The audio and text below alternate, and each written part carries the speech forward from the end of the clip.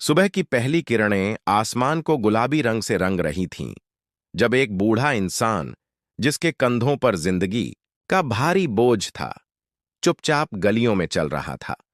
उसका हर कदम एक सवाल लिए था। क्या इज्जत और प्यार की तलाश में उसने जो रास्ता चुना, वो सही था? ये कहानी है एक ऐसे दिल की, जो अपनों के तानों से जख्मी होकर भी प्यार और सम्मान की तलाश में निकल पड़ा। ये है किराए का रिश्ता। सुबह का समय था। सूरज की हल्की लालिमा आसमान में बिखरी थी। रामप्रसाद जी रोज की तरह अपनी हल्की फुल्की सैर करके घर लौट रहे थे। उनकी सांसें अभी थोड़ी तेज थीं।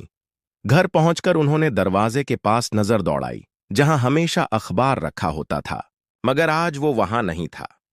अंदर कदम रखते हुए उन्होंने आवाज लगाई, सुमन बेटी, जरा पानी दे देना। और हां, अखबार भी। रसोई से बर्तनों की खटपट अचानक थम गई। सुमन ने साड़ी का पल्लू कमर में खोंसते हुए रसोई से बाहर कदम रखा। उसका चेहरा थकान और गुस्से से लाल हो रहा था। वो तीखी आवाज में बोली, एक तो बच्चे को स्कूल के लिए तैयार करो, खाना बनाओ, घर संभालो, और अब इनके लिए अखबार भी ढूंढो। क्या खुद कुछ नहीं कर सकते? रामप्रसाद जी ने चुपचाप उसकी ओर देखा, फिर नजरें झुकाकर अपने जूतों के फीते खोलने लगे। उनकी खामोशी ने सुमन को और भड़का दिया। अब चुप क्यों हो गए? बोलते क्यों नहीं? बाहर से आ रहे हैं ना आप, तो अखबार उठाकर नहीं ला सकते थे? रामप्रसाद जी ने धीमी आवाज में कहा, बेटी, मैंने आंगन में देखा था, अखबार बाहर नहीं थी। मुझे लगा शायद तुमने या किसी और ने अंदर ले लिया होगा। सुमन ने तंज कसते हुए कहा, हां, हमारे पास इतनी फुर्सत जो सुबह सुबह अखबार पढ़ने बैठ जाएं। सबके पास काम धंधा है, आपकी तरह सारा दिन कुर्सी तोड़ते नहीं हैं हम। तभी सुमन का पति और रामप्रसाद जी का इकलौता बेटा अजय, जो अब भी शेविंग का झाग साफ कर रहा था, बाहर आया। उसने झुंझलाते हुए कहा, सुमन, सुबह सुबह क्यों शोर मचा रही हो? दे दो ना अखबार और पानी, इतनी बड़ी बात थोड़े है। सुमन ने माथे पर हाथ रखते हुए कहा, हे भगवान, सुबह सुबह इतना काम सिर पर है, ऊपर से बाबूजी इसी वक्त बांग देने लगते हैं। पहले पानी, फिर अखबार, फिर चाय। क्या मैं नौकरानी हूं? इतनी फिक्र है तो खुद क्यों नहीं दे देते? या एक काम करो, दो चार नौकर रख लो अपनी सेवा के लिए। अजय ने थोड़ा झेंपते हुए कहा, नौकर रख लूं? बोल तो ऐसी रही हो जैसे मेरे पास खजाना हो। मेरी तनख्वाह में घर चल रहा है, वही बहुत है। सुमन ने चाय की ट्रे जमीन पर रखी और पलटकर बोली, तो अपने पिताजी से कहो कि कुछ काम धंधा करें, हमें भी थोड़ा सुख मिले। पड़ोस के वर्मा जी को देखो, 70 साल की उम्र में भी कितने चुस्त दुरुस्त हैं। जिंदगी भर नौकरी की, बच्चों के लिए पैसा जोड़ा, अब हर महीने पेंशन ले रहे हैं। शहर के पौश इलाके में आलीशान मकान बनवाया। और एक आपके पिताजी हैं, काम के नाम पर बस कुर्सी तोड़ो, अखबार पढ़ो, चाय मांगो। सुमन के शब्द रामप्रसाद जी के सीने में तीर की तरह चुभ रहे थे। यह पहली बार नहीं था जब सुमन ने उनके आत्मसम्मान को ठेस पहुंचाई हो। तंज का अंदाज और शब्दों की धार हर बार और तेज होती जा रही थी। रामप्रसाद जी की हालत अब ऐसी थी जैसे घर में कोई पुराना फर्नीचर, जिसे न कोई चाहता है न हटा सकता है। अजय वहीं खड़ा था, सिर झुकाए, न विरोध करता न समर्थन। रामप्रसाद जी ने एक पल के लिए अपने बेटे की ओर देखा। उनकी नजरों में सवाल था, उम्मीद थी, मगर अजय ने कोई जवाब नहीं दिया। न अपनी पत्नी के तानों को रोका, न अपने पिता के दर्द को समझा। ये बात रामप्रसाद जी के दिल में गहरी चुभन बनकर रह गई। क्या उनके बेटे के लिए वो अब कोई मायने नहीं रखते? इसी शोर के बीच सुमन और अजय का बेटा, उनका पोता छोटू, जो अभी 8 साल का था, डर के मारे कमरे से बाहर आ गया। उसकी यूनिफॉर्म अधूरी थी और मां की तेज आवाज से वो सिहर उठा था। उसकी मासूम आंखें उस दृश्य को ऐसे देख रही थीं जैसे कोई जंग चल रही हो। एक तरफ चिल्लाने वाला, दूसरी तरफ सहने वाला, और तीसरा खामोश तमाशबीन। उसे समझ नहीं आ रहा था कि वो किसके साथ है। रामप्रसाद जी बिना कुछ कहे अपने कमरे में चले गए। कमरे के कोने में वही पुरानी कुर्सी थी, जिस पर वो कभी अपने बेटे को गोद में बिठाकर कहानियां सुनाया करते थे। अब वही कुर्सी उनके अकेलेपन की साथी थी। कभी ये घर हंसी और अपनत्व से भरा हुआ था, अब हर सुबह उनके लिए नया अपमान लेकर आती थी। सुमन ने छोटू को डांटते हुए कहा, चलो यूनिफॉर्म ठीक करो, हर बात में ताकने की जरूरत नहीं। थोड़ी देर में छोटू स्कूल चला गया। अजय भी नाश्ता करके फाइलें समेटकर मोबाइल में झुका हुआ ऑफिस निकल गया। पीछे रह गए सिर्फ दो लोग, सुमन और राम प्रसाद जी, जो इस घर की नींव थे मगर अब एक किराएदार की तरह जी रहे थे। थोड़ी देर बाद सुमन ने एक प्लेट में नाश्ता थमाया और चुपचाप चली गई। राम प्रसाद जी ने कुछ नहीं कहा। नाश्ता करने के बाद वो न जाने कितनी देर उस कुर्सी पर बैठे रहे। शाम को उन्होंने अपनी लाठी उठाई और रोज की तरह घर से बाहर निकल गए। जब वो लौटे तो आंगन में छोटू जैसे उनके इंतजार में ही बैठा था। रामप्रसाद जी ने अभी चप्पलें उतारी ही थीं कि छोटू दौड़कर आया और चहकते हुए बोला, दादाजी, कल आपको मेरे साथ स्कूल चलना है। रामप्रसाद जी ने थके कदमों से कमरे की ओर बढ़ते हुए कहा, नहीं बेटा, मैं स्कूल क्यों जाऊं?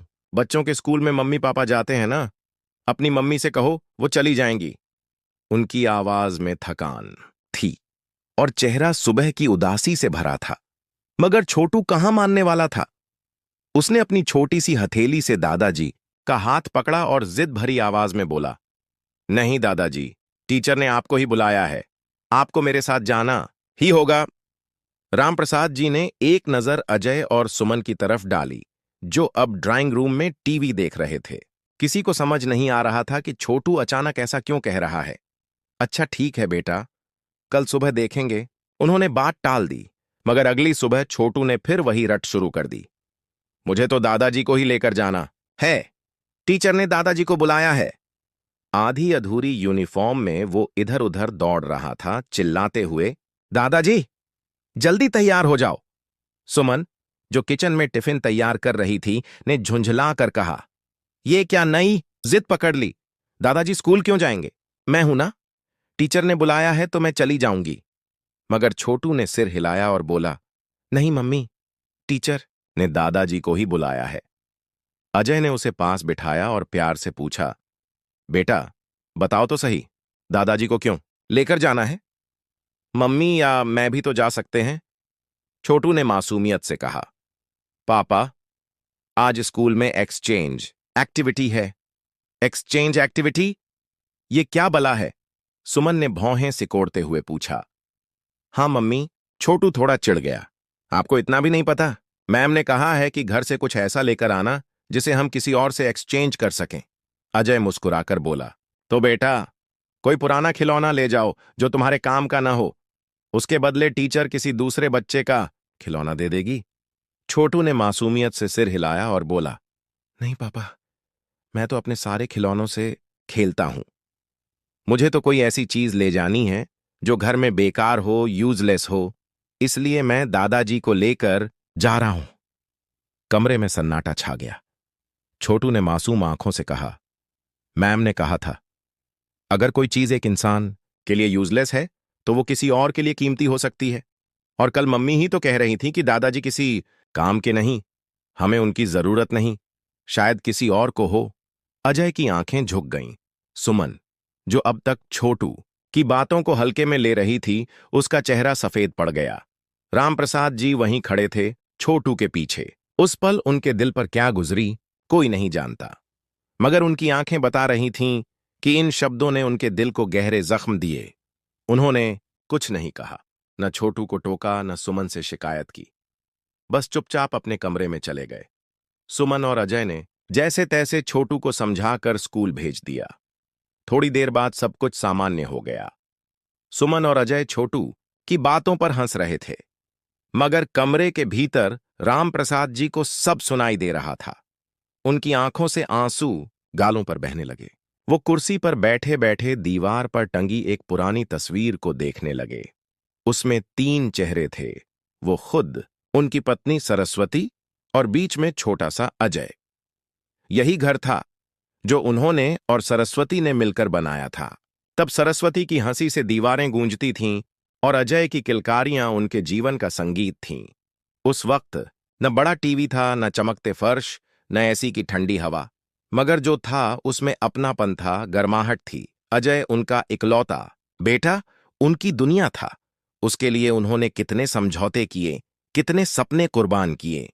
उनकी जिंदगी एक छोटी सी किराने की दुकान के इर्द गिर्द घूमती थी, जो उन्होंने मोहल्ले की तंग गली में शुरू की थी। सुबह से रात तक वो दुकान पर खड़े रहते, ग्राहकों से हंसी मजाक, हिसाब किताब और हर छोटी बड़ी जरूरत का ख्याल। सरस्वती घर संभालती और राम प्रसाद दुकान। दोनों का एक ही सपना था, अजय को पढ़ा लिखा कर बड़ा आदमी बनाना। अजय की हर ख्वाहिश उनके लिए कीमती थी। उसकी स्कूल फीस, किताबें, ट्यूशन, सब कुछ उन्होंने मेहनत से पूरा किया। रात को दुकान बंद होने के बाद वो और सरस्वती बैठकर अजय के भविष्य के सपने बुनते। मगर जिंदगी ने उनके सपनों को एक झटके में छीन लिया। सरस्वती की अचानक बीमारी ने घर की सारी खुशहाली निगल ली। अस्पताल के बिल, दवाइयां और आखिर में सरस्वती का जाना।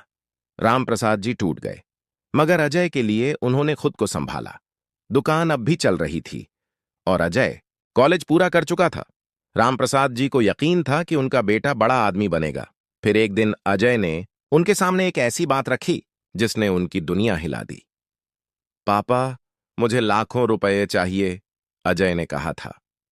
उसकी आंखों में बेचैनी थी। मैं एक स्टार्टअप शुरू करना चाहता हूं। अगर ये बिजनेस चल गया तो हमारी जिंदगी बदल जाएगी।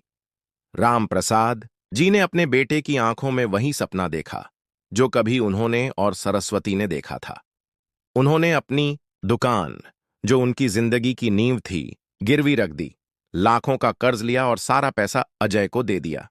बेटा, भगवान करे तुझे कामयाबी मिले, उन्होंने कहा था। मगर उनके दिल में एक अनजाना डर भी था। अजय का स्टार्टअप शुरू तो हुआ, मगर जल्द ही डूब गया। गलत फैसले, अनुभव की कमी और बाजार की मंदी ने सब कुछ तबाह कर दिया। कर्ज बढ़ता गया और ब्याज का बोझ राम प्रसाद जी के कंधों पर लद गया। अजय ने न कर्ज चुकाने की कोशिश की, न अपने पिता की हालत समझी। राम प्रसाद जी दिन रात मेहनत करते, मगर कर्ज का पहाड़ कम नहीं हुआ। आखिरकार एक दिन साहूकार ने कहा, पैसा दो वरना दुकान छोड़ो। उस दिन राम प्रसाद जी ने चुपचाप चाबी साहूकार के हाथ में रख दी। वो खाली हाथ रह गए, ना दुकान, ना पैसा, ना इज्जत। अजय ने बाद में एक छोटी मोटी नौकरी पकड़ ली, फिर तरक्की भी की। मगर राम प्रसाद जी ने कभी शिकायत नहीं की। वो दुकान सिर्फ ईंट पत्थर की नहीं थी, उनकी जिंदगी थी, उनकी मेहनत थी। फिर भी उन्होंने अपने बेटे को माफ कर दिया, मगर आज उसी बेटे और उसकी पत्नी की नजरों में वो बेकार हो गए थे। फालतू, नकारा, सुमन के ये शब्द उनके कानों में हथौड़े की तरह बज रहे थे। छोटू की मासूम बात ने उनके आत्मसम्मान को और ठेस पहुंचाई। अब तक उन्होंने सुमन के ताने, अजय की उदासीनता और अपनी उपेक्षा को चुपचाप सह लिया था, मगर अब और नहीं।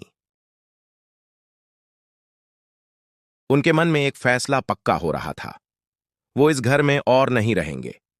दोपहर का समय था। सुमन अपने कमरे में ऐसी की ठंडी हवा में आराम कर रही थी। छोटू पड़ोस के बच्चों के साथ खेलने गया था और अजय ऑफिस में था। घर में सन्नाटा था। राम प्रसाद जी ने धीरे से अपनी अलमारी खोली, एक छोटा सा बैग निकाला और उसमें 2-3 जोड़ी कपड़े और जरूरी सामान रखा। मगर एक दिक्कत थी, पैसे। उनकी जेब खाली थी। अलमारी में सिर्फ 100 रुपये के 2 नोट मिले। उनकी नजर घर के कोने में बने छोटे से मंदिर पर पड़ी। वहां भगवान की मूर्ति के सामने एक डिब्बा था जिसमें 5 और 10 रुपये के नोट रखे थे। रामप्रसाद जी ने एक पल को झिझक महसूस की। यह भगवान का पैसा है, उनके मन में ख्याल आया। फिर उन्होंने खुद को समझाया, जो भगवान मुझे इस घर में अपमानित होते देख रहा है, वो मुझे माफ कर देगा। उन्होंने डिब्बा खोला और नोट निकालने शुरू किए। 5, 10, 20। गिनते हुए उनके हाथ में करीब 1000 रुपये आए। उन्होंने भगवान की मूर्ति की ओर देखा, हाथ जोड़े और धीमी आवाज में कहा, मुझे माफ कर देना प्रभु, मैंने हमेशा तुम्हारा भरोसा रखा। बस इतना साथ देना कि मैं बाकी की जिंदगी इज्जत से जी सकूं। उन्होंने माथा टेका, बैग कंधे पर डाला और चुपचाप घर से निकल गए। बाहर की हवा ठंडी थी, और सूरज ढल रहा था। जाना कहाँ है, ये उन्हें नहीं पता था। बस इतना जानते थे कि अब वो उस घर में और नहीं रह सकते जहां उनकी इज्जत को हर रोज कुचला जाता था। वो मोहल्ले की गली से गुजरे जहां कभी उनकी दुकान थी। अब वहां एक चमचमाती बेकरी थी जिसके शीशे पर बड़े अक्षरों में लिखा था, स्वाद का सफर। एक पल को उनके कदम रुक गए। उनकी आंखें उस जगह को तलाश रही थीं जहां कभी उनका तख्ता हुआ करता था, मगर अब वो किसी और की थी। उनके दिल में टीस उठी, मगर साथ ही एक अजीब सा जोश भी। नहीं, उन्होंने मन में कहा, मैं अभी हारा नहीं हूं। वो आगे बढ़े, बिना ये जाने कि रास्ता उन्हें कहां ले जाएगा। काफी देर चलते चलते उनके पैर थकने लगे। वो एक पार्क के पास पहुंचे। पार्क की घास पर सूरज की आखिरी किरणें बिखरी थीं। एक खाली बेंच दिखी और वो चुपचाप जाकर बैठ गए। सामने कुछ बच्चे दौड़ भाग रहे थे। कोई झूले पर झूल रहा था तो कोई पिट्ठू खेल रहा था। उनकी हंसी और मासूम शरारतें देखकर रामप्रसाद जी को हल्की सी मुस्कान आई। फिर उन मासूम चेहरों को देखते ही उनके बेटे अजय का बचपन उनकी आंखों के सामने चलने लगा। छोटे छोटे हाथों से पतंग पकड़ने की जिद, उनके कंधों पर बैठकर सवारी करना, दुकान के काउंटर से टॉफी चुराकर भाग जाना। सोचते सोचते उनकी आंखें छलछला उठीं। रात गहराने लगी। पार्क में बच्चे अपने घर लौट गए और सन्नाटा पसर गया। रामप्रसाद जी उसी बेंच पर लेट गए। जब अजय रात को घर लौटा तो छोटू भागता हुआ आया और बोला, पापा, दादाजी कहीं चले गए। अजय चौंक गया। क्या? कब? किसके साथ? वो तुरंत अंदर भागा। कमरे की हालत वैसी ही थी, मगर बिस्तर खाली था। सुमन, पिताजी कहाँ हैं? उसने तेज आवाज में पुकारा। सुमन कमरे से निकली और बोली, मुझे क्या पता। मैं जब शाम को सोकर उठी वो जा चुके थे। कहाँ गए, क्यों गए, मुझे नहीं मालूम। अजय का माथा ठनका। तुमने ढूंढा भी नहीं? सुमन ने कंधे उचकाए और बेरुखी से बोली, अरे ज्यादा टेंशन मत लो, आ जाएंगे। वैसे भी उनके पास क्या खजाना था, न पेंशन न जरूरत। अजय सिर पकड़कर बैठ गया। उधर पार्क में रामप्रसाद जी जिस बेंच पर लेटे थे वो सख्त और ठंडी थी। लकड़ी के खुरदुरे किनारे उनकी पीठ में चुभ रहे थे। थकान ने उन्हें लेटने को मजबूर किया। सिर के नीचे बैग को तकिया बनाकर वो किसी तरह लेटे, मगर नींद पूरी तरह आई भी नहीं थी कि मच्छरों का हमला शुरू हो गया। उनके चेहरे, हाथों और गर्दन पर मच्छर भिनभिनाने लगे। रामप्रसाद जी ने झुंझलाकर हाथ हिलाए, मच्छरों को भगाने की कोशिश की, मगर वो और जिद्दी होकर लौट आए। आखिरकार उन्होंने बैग से एक पुरानी चादर निकाली, मच्छरों को उड़ाया और चादर ओढ़कर फिर लेट गए। नींद धीरे धीरे लौट रही थी, मगर ये सुकून ज्यादा देर नहीं टिका। अचानक एक कड़क आवाज ने उनकी नींद तोड़ दी। ए बाबूजी, उठो, यहां रात को सोना मना है। पार्क का चौकीदार, एक लंबा चौड़ा आदमी, लाठी ठकठकाता हुआ खड़ा था। उसकी आवाज में ताकत थी, मगर आंखों में हल्की सी हमदर्दी। पार्क रात को बंद हो जाता है, आपको यहां से जाना होगा। रामप्रसाद जी ने धीरे से आंखें खोलीं।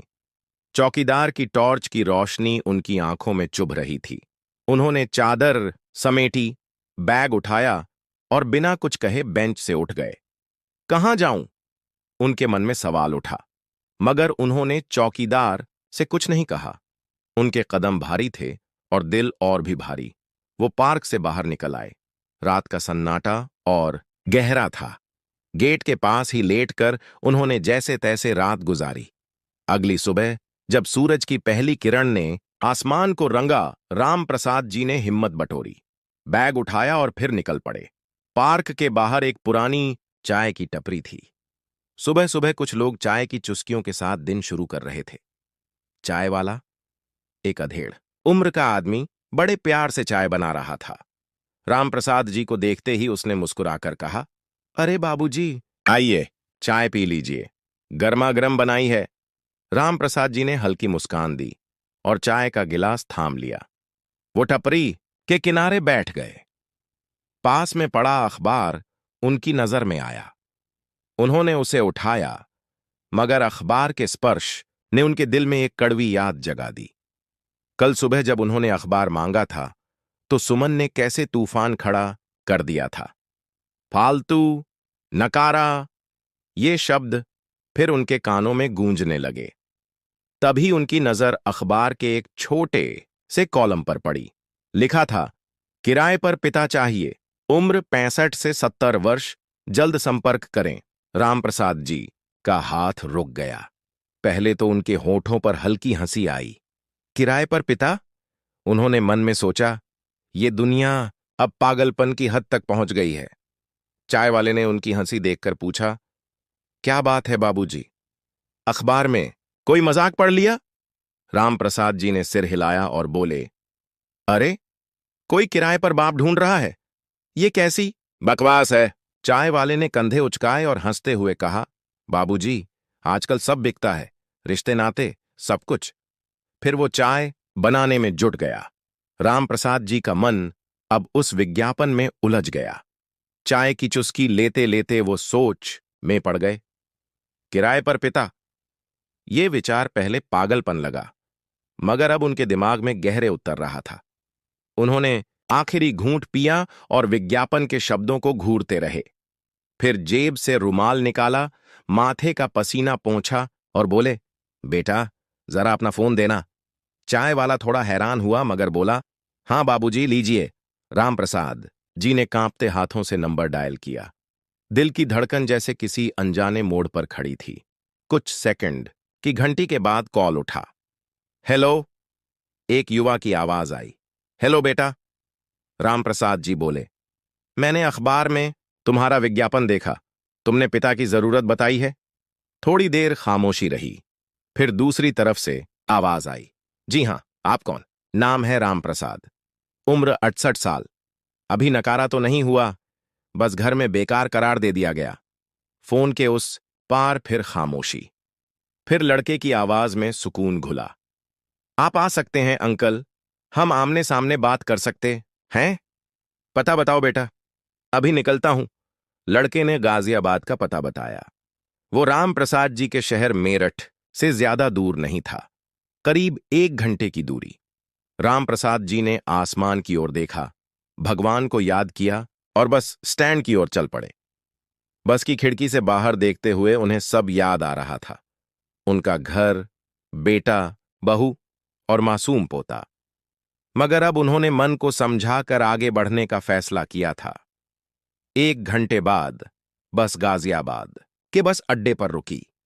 रामप्रसाद जी ने बैग उठाया और बाहर निकले। वहां एक युवक नीली शर्ट और काले ट्राउजर में हाथ में एक फाइल लिए खड़ा था। अंकल, उसने झिझकते हुए पूछा। हां बेटा, मैं रामप्रसाद। दोनों ने एक दूसरे को पहली बार देखा। एक को बेटे की जरूरत थी, दूसरे को बाप की। युवक का नाम था रोहन। उसने राम प्रसाद जी को पास के एक कैफे में बिठाया। बात शुरू हुई। अंकल, मैं जानता हूं यह थोड़ा अजीब है, मगर मेरे पास कोई और रास्ता नहीं था, रोहन ने कहा। राम प्रसाद जी ने गहरी नजरों से उसे देखा और बोले, बेटा, मैंने जिंदगी में बहुत कुछ देखा है, मगर ये किराए पर पिता वाली बात समझ नहीं आ रही। साफ साफ बताओ, क्या माजरा है? रोहन ने गहरी सांस ली और अपनी कहानी शुरू की। अंकल, मैं अनाथ हूं। मेरे मां बाप बचपन में एक हादसे में चले गए। मैं अनाथालय में पला बड़ा हुआ, स्कॉलरशिप से पढ़ाई की और आज एक अच्छी कंपनी में नौकरी करता हूं। तनख्वाह भी अच्छी है, जिंदगी सेठ है। उसकी आवाज में रुकावट आई। मगर मेरे पास परिवार नहीं है। रामप्रसाद जी की आंखें सिकुड़ गईं। तो ये विज्ञापन क्यों बेटा? रोहन ने नजरें झुकाईं और बोला, मैं एक लड़की से प्यार करता हूं। उसका नाम काव्या है। हम सालों से एक दूसरे को जानते हैं और शादी करना चाहते हैं। मगर काव्या के पिता, जो फौज से रिटायर्ड कर्नल हैं, अपनी बेटी की शादी किसी रसूखदार परिवार में करना चाहते हैं। उनके लिए पैसा नौकरी से ज्यादा माता पिता और खानदान मायने रखता है। और मेरे पास तो कुछ भी नहीं। रामप्रसाद जी स्तब्ध रह गए। रोहन की आवाज में दर्द था मगर आंखों में उम्मीद। तो तुम चाहते हो कि मैं? रोहन की आंखें भर आईं। मैं काव्या से शादी करना चाहता हूं। वो भी मुझसे प्यार करती है, मगर उसके पिता तभी मानेंगे अगर मेरे पास परिवार हो। मैं चाहता हूं कि आप मेरे पिता बनकर काव्या के परिवार से मिलें। बस एक बार उनके सामने मेरे परिवार का किरदार निभाएं। मैं आपको इसके लिए 10,000 रुपये एडवांस दूंगा। राम प्रसाद जी का दिल भग से रह गया, मगर सच ये भी था कि अब उनके पास न घर था न ठिकाना। कुछ देर दोनों के बीच खामोशी रही। फिर उन्होंने धीरे से सिर हिलाया। ठीक है बेटा, अगर मेरी मौजूदगी से तुम्हारा जीवन संवर सकता है तो मैं ये किरदार निभा लूंगा। रोहन के चेहरे पर राहत पसर गई। तभी उसका फोन बजा। काव्या थी। उसने जल्दी से फोन उठाया। दूसरी ओर से घबराई आवाज आई, रोहन, तुमने कुछ किया या नहीं? कहीं मेरी शादी कहीं और तय न हो जाए। रोहन ने रामप्रसाद जी की ओर देखा और कहा, काव्या, चिंता मत करो, मैंने पिता का इंतजाम कर लिया। हम जल्द तुम्हारे पापा से मिलने आएंगे। काव्या को अपने पिता के स्वभाव का अंदाजा था। अनुशासन प्रिय, सवालों से भरे और झूठ को तुरंत भांप लेने वाले। उसने कहा, ठीक है, तो कल मैं आती हूं। हम रिहर्सल कर लेंगे। मैं नहीं चाहती कि पापा के सामने कोई गलती हो। रोहन ने सहमति में सिर हिलाया। रामप्रसाद जी रोहन के घर में ठहरे। घर बड़ा और आरामदायक था। खाना पकाने के लिए एक नौकर था। उस शाम जब रोहन और रामप्रसाद जी डाइनिंग टेबल पर खाना खा रहे थे, दरवाजे की घंटी बजी। काव्या थी। उसने साधारण सलवार सूट पहना था, मगर उसकी आंखों में प्यार और उम्मीद की चमक थी।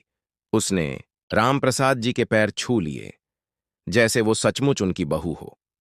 रामप्रसाद जी एक पल को ठिठक गए, फिर बोले, सौभाग्यवती रहो बेटी। रिहर्सल शुरू हुई। काव्या ने सवालों की लिस्ट बनाई थी। आपका नाम, आप क्या करते थे? रोहन की स्कूलिंग कहाँ हुई? आपका पैतृक घर कहाँ है? हर सवाल का जवाब रटा गया, मगर दिक्कत थी कि रामप्रसाद जी बार बार रोहन को अजय कहकर बुला देते। रोहन और काव्या एक दूसरे की ओर देखकर हंस पड़ते। कभी कभी रामप्रसाद जी भी हंसते और कहते, अरे बुढ़ापा है ना बेटा, आदतें आसानी से नहीं बदलती। वैसे मैं तुम्हारा बाप हूं, अंकल नहीं। तीनों इस पर जोर से हंसने लगे। रिहर्सल के दौरान रामप्रसाद जी की बातें इतनी सच्ची और भावुक हो जातीं कि रोहन और काव्या चुप होकर सुनने लगते। जब वो अपनी असल जिंदगी की बातें बताते तो भावुक हो जाते। रोहन और काव्या को उनके दर्द की गहराई का अंदाजा हो गया।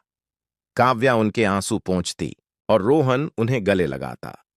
रिहर्सल के बाद काव्या ने सुझाव दिया कि रामप्रसाद जी के लिए नए कपड़े खरीदे जाएं। तीनों बाजार गए। एक शोरूम से उन्होंने 2-3 जोड़े कुर्ता पायजामा और एक जोड़ी चप्पल चुनी। रामप्रसाद जी ने कपड़े पहनकर शीशे में खुद को देखा और मुस्कुराए। रोहन और काव्या एक स्वर में बोले, यह हुई ना बात। बाजार में काफी वक्त बीता। कपड़े खरीदने के बाद तीनों एक रेस्टोरेंट में खाना खाने गए। एक परिवार जैसा माहौल था। अगली सुबह सब तैयार थे। काव्या ने बताया कि उसके पिता शाम 5 बजे घर पर मिल सकते हैं। रोहन घबराया हुआ था। अगर कुछ गलत हुआ तो, अगर पोल खुल गई तो, उसने रास्ते में कहा। रामप्रसाद जी ने उसका कंधा ठपठपाया। चिंता मत कर बेटा। काव्या ने घर का दरवाजा खोला। कर्नल साहब अपनी पत्नी के साथ बाहर आए। उन्होंने रोहन और रामप्रसाद जी को गौर से देखा और बोले, अच्छा, तो आप हैं रोहन के पिता? आइए, अंदर आइए। बातचीत शुरू हुई। कर्नल ने रोहन की नौकरी और भविष्य के बारे में सवाल किए।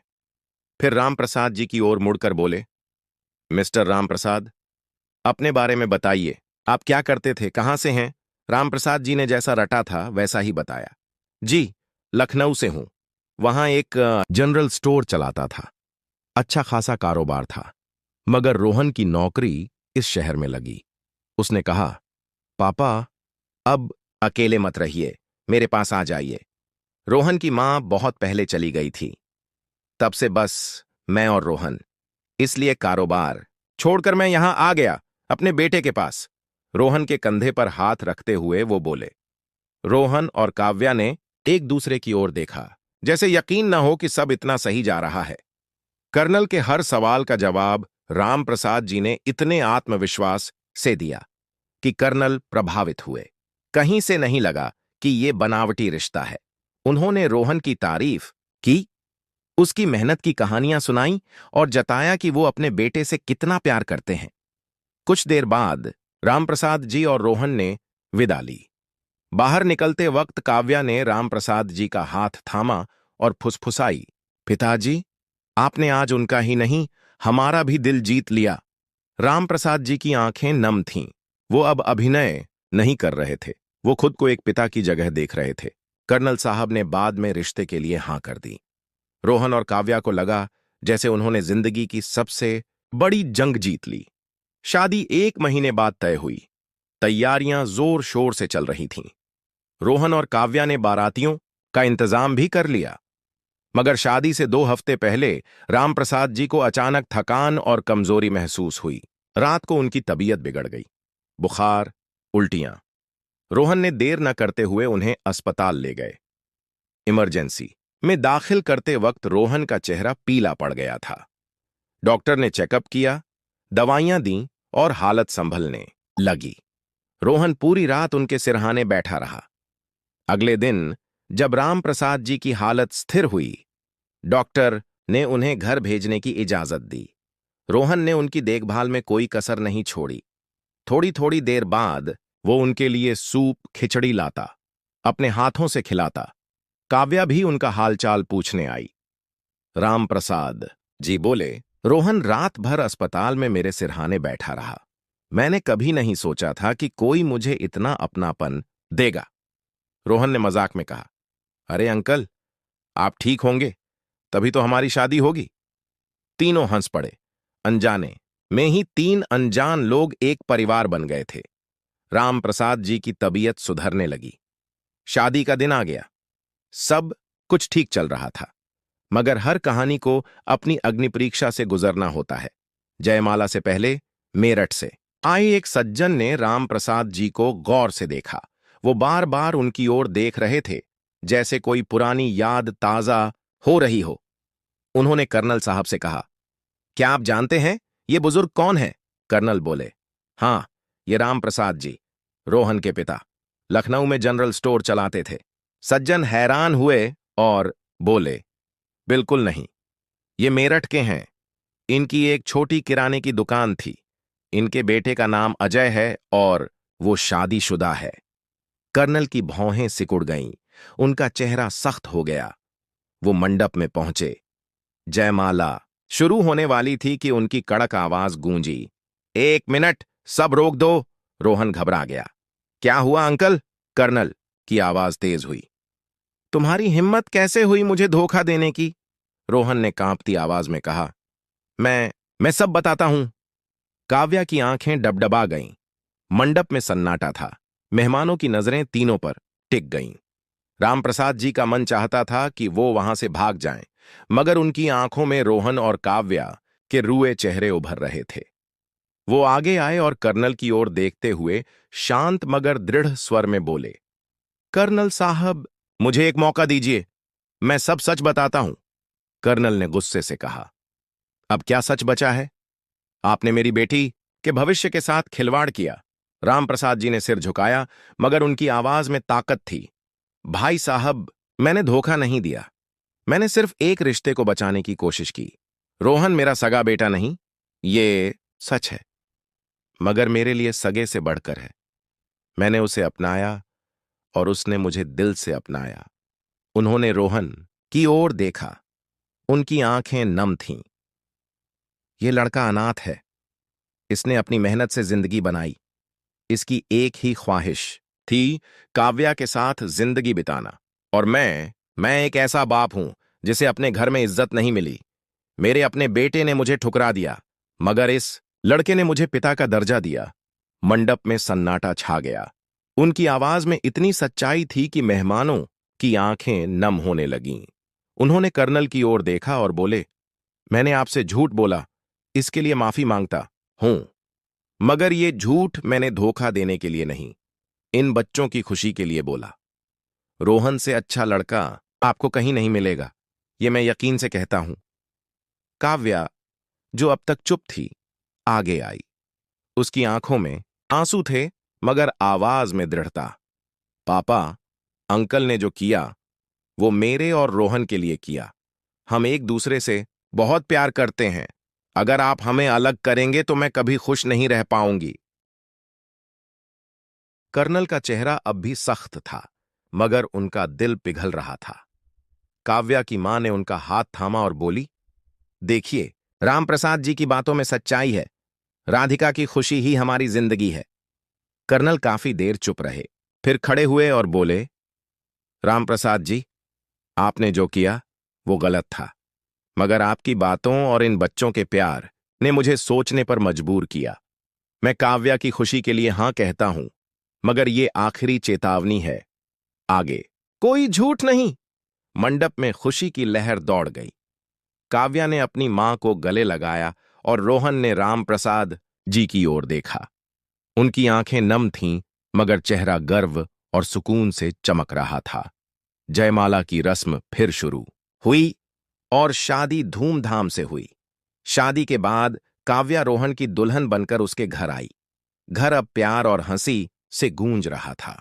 मगर तीसरे दिन की सुबह जब काव्या कमरे से निकली, उसकी नजर रामप्रसाद जी के कमरे पर गई। दरवाजा खुला था और कमरा खाली। उसका दिल धक से रह गया। रोहन, उसने घबराते हुए पुकारा। रोहन दौड़कर आया। उन्होंने इधर उधर देखा, मगर रामप्रसाद जी कहीं नहीं थे। बिस्तर पर एक कागज का टुकड़ा और कुछ पैसे रखे थे। रोहन ने कांपते हाथों से कागज उठाया और पढ़ा, बेटा रोहन, बेटी काव्या, ये वही 10,000 रुपए हैं जो तुमने मुझे पिता का किरदार निभाने के लिए दिए थे, मगर मुझे इनकी जरूरत नहीं। तुम्हारे साथ बिताए इन दिनों में मुझे ऐसा सुकून मिला जैसे मैंने पूरी जिंदगी जी ली। तुमने मुझे वो इज्जत और प्यार दिया जो मैंने अपने घर में खो दिया था। मगर अब मुझे जाना होगा। मैं तुम पर बोझ नहीं बनना चाहता। तुम्हारी नई जिंदगी शुरू हुई है। इसे खुलकर जियो। मेरी दुआएं तुम्हारे साथ हैं। रामप्रसाद। काव्या की आंखों से आंसू टपकने लगे। पिताजी हमें छोड़कर चले गए। उसकी आवाज कांप रही थी। रोहन के सीने में तीखा दर्द जागा। नहीं, काव्या, उसने दृढ़ स्वर में कहा, वो ज्यादा दूर नहीं गए होंगे। हम उन्हें ढूंढ लेंगे। वो दोनों उन्हें ढूंढने निकले। बस स्टैंड, रेलवे स्टेशन, हर जगह देखा, मगर वो नहीं मिले। आखिरकार वो शहर के बाहरी छोर पर एक बरगद के पेड़ के नीचे बैठे मिले। उनका चेहरा उदास मगर शांत था। पिताजी, रोहन की आवाज में दर्द और राहत थी। वो और काव्या उनके सामने हाथ जोड़कर खड़े हो गए। आप हमें छोड़कर क्यों जा रहे हैं? रामप्रसाद जी ने उनकी ओर देखा। उनकी आंखें नम थीं। बेटा, तुमने मुझे वो इज्जत दी जो मैंने अपनी जिंदगी में खो दी थी। तुम्हारी शादी हो गई, तुम्हारी जिंदगी संवर गई, मगर मैं अब बूढ़ा हूं। मैं तुम पर बोझ नहीं बनना चाहता। काव्या की आंखों से आंसू टपक रहे थे। पिताजी, आप बोझ नहीं, हमारी ताकत है। हम आपको जिंदगी भर अपने पिता के रूप में चाहते हैं। हमारे घर में आप नहीं होंगे तो वो सूना होगा। रोहन की आवाज भीग गई। पिताजी, मैं अनाथ हूं। मेरे पास कभी कोई अपना नहीं था, मगर आपने मुझे वो प्यार दिया जिसके लिए मैं उम्र भर तरसता रहा। हमें आपकी जरूरत है। रामप्रसाद जी की आंखें भर आईं। मैंने कभी नहीं सोचा था कि कोई पराया मुझे इतना अपना मानेगा। काव्या ने उनके हाथ थामे और बोली, पिताजी, पराए नहीं, हम आपके अपने हैं। अब घर चलिए। हम वादा करते हैं आपको कभी अकेला नहीं छोड़ेंगे। आखिरकार वो मान गए। रोहन और काव्या ने उन्हें गले लगाया और सब एक साथ घर लौट आए। मगर अगले दिन रोहन के घर में एक अनजानी दस्तक हुई। काव्या ने दरवाजा खोला। सामने अजय खड़ा था।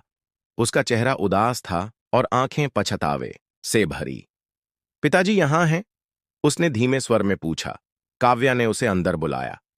रामप्रसाद जी उस वक्त घर के लॉन में रोहन के साथ चाय पी रहे थे।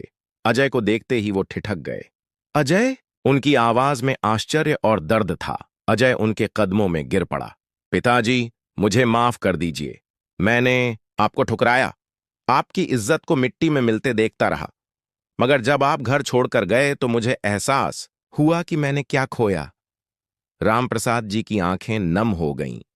अजय के आंसू टपक रहे थे। पिताजी, मैं गलत था। सुमन को भी अपने के का पछतावा है। छोटू हर रोज आपके बारे में पूछता है। रामप्रसाद जी ने अजय की ओर देखा और बोले, अजय, तू मेरा बेटा है और मैं तुझसे हमेशा प्यार करूंगा, मगर मैं अब यहां अपनी नई दुनिया बसा चुका हूं। उन्होंने रोहन और काव्या की ओर इशारा किया। ये दोनों मेरा बहुत ख्याल रखते हैं। इन्होंने मुझे प्यार दिया, इज्जत दी। मैं इनके बिना अधूरा हूं। अजय ने फिर मनाने की कोशिश की। पिताजी, मैं आपकी हर बात मानूंगा। प्लीज घर चलिए। मगर रामप्रसाद जी ने सिर हिलाया। नहीं, अजय, मेरा फैसला नहीं बदलेगा। हां, मैं छोटू से मिलने जरूर आऊंगा और हमेशा आता रहूंगा, मगर मेरा घर अब यही है। मैं नाराज नहीं हूं बेटा, बस वहां नहीं लौटना चाहता जहां मेरी जरूरत नहीं। जहां सम्मान मिला है, आखिरी सांसें भी वहीं लूंगा। तो दोस्तों, अगर आप भी मेरी तरह एक इमोशनल इंसान हैं तो इस वीडियो को लाइक करके शेयर करें और channel emotional stories in Hindi को सब्सक्राइब करके कमेंट्स में लिखें उस जगह का नाम जहां से आप इस वीडियो को देख रहे हैं।